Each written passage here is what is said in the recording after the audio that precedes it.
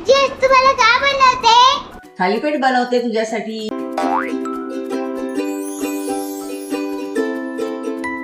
नमस्कार, राधा कुलकर्णीच्या किचन मध्ये आपलं स्वागत आहे. आज आपण भाजणीचं थालीपीठ करत आहोत. मुलं भाज्या खात नाही, तर आईला काहीतरी असं वेगळं करावं असं वाटतं आणि म्हणून मग हा सगळा अट्टाहास करते मी. थालीपीठासाठी लागणारं साहित्य सगळं: कोबी, पालक, गाजर, कांदा, हिरवी मिरची, लोणी, त्याची पात, लाल भोपळा, कोथिंबीर, भाजणीचं पीठ, धण्याची पावडर, जिऱ्याची पावडर, हळद, तिखट, मीठ. आता आपण हे पालक घेतोय. सगळे ह्या भाज्या सगळ्या एकत्र करायच्या: गाजर, कांदा, कोबी, कोथिंबीर, लाल भोपळा, कांद्याची पात, हिरवी मिरची, भाजणीचं पीठ. जसं लागेल तसं ॲड करू. धण्याची पावडर, जिऱ्याची पावडर, मीठ चवीनुसार, हळद,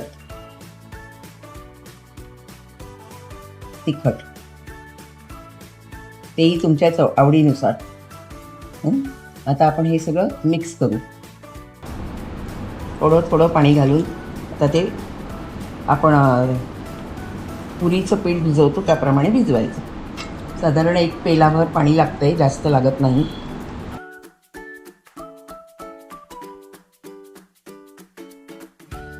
थोडं तेल टाकून आता हे आपण तव्यावर थापून घेऊ.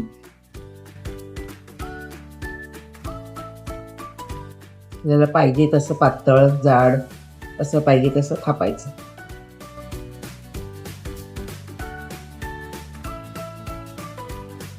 हे आता आपण छान दोन्हीकडनं छान भाजून घेऊ. तुम्हाला ह्याच्यामध्ये आणखीन काही वेगळ्या भाज्या ॲड करायच्या असतील तरी करू शकता तुम्ही. आज माझ्या घरात ह्या सगळ्या भाज्या होत्या म्हणून मी सगळ्या घातल्या. वेळेच्यात जेवढ्या भाज्या ॲड कराल तेवढ्या मुलांच्या पोटात भाज्या जातील. त्यामुळे हे थालीपीठ हा प्रकार तेवढ्या करताच केला जातो. आणि भाजणीचं तर पीठ माहिती पाहिजे असेल तर भाजणीचं म्हणजे वाटीच्या प्रमाणे 1.5-2 वाट्या तांदूळ, एक वाटी उडदाची डाळ, 1 वाटी चण्याची डाळ, पाव वाटी मुगाची डाळ, थोडी वाटीभर पोहे, साबुदाणा, छोटी वाटी 2 चमचे म्हणजे धणे, 2 चमचे जिरे आणि लवंग, दालचिनी, मिरे 2-2, 3-3 दाणे असं सगळं मिक्स करून भाजून छान सुरवट ते दळून आणायचं. आता आपण हा प्लेटमध्ये काढून घेऊ. भाजणीचं थालीपीठ रेडी आहे. लोण्याबरोबर सर्व करते. माझ्या अबीरला टेस्ट करायला आता बोलवते मी. रेडी आहे. आता तू टेस्ट कर आणि मला सांग कसं झालंय. कसं आहे? हाई, सुगंध तर खूप छान येतोय. मला तर दे ना. अबीर तिथे खात बसलाय, मला तर दे. घे की मग, करतेस आणि खाऊन बघ आणि कसं झालंय सांग मला. मी तर खरंच वासावर आली आणि मला आणि आता खरंच राहत नाहीये.